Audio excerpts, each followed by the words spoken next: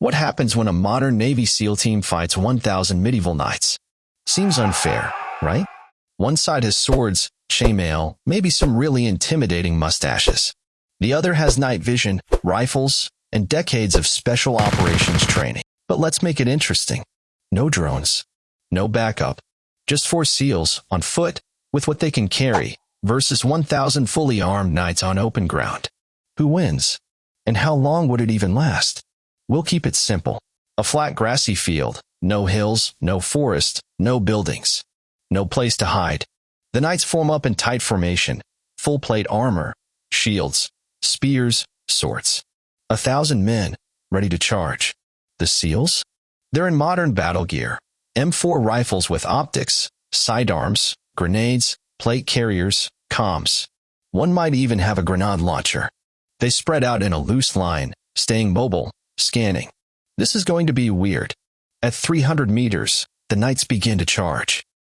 That's about 3 football fields away. The SEALs don't wait. They open fire, precise, controlled bursts. Medieval armor? Great against arrows. Not so great against modern ballistics. 5.56 NATO rounds punch through steel like a can opener.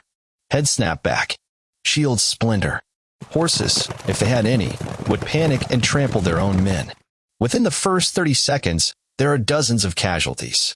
But here's the thing, there are still hundreds left. The knights keep coming, relentless. No fear, no retreat, just momentum. The SEALs move and fire. Switch mags. Change position. Stay cool. But ammo is limited. Each SEAL carries maybe 210 to 300 rounds, depending on the loadout. Enough for several minutes, but not forever. Grenades slow the advance, but can't stop it. And when the knights get close enough, things get ugly. Rifles become blunt objects. Sidearms fire point blank. The SEALs rely on hand-to-hand skills, dirty tricks, sheer grit. But the knights are armored. And there are hundreds.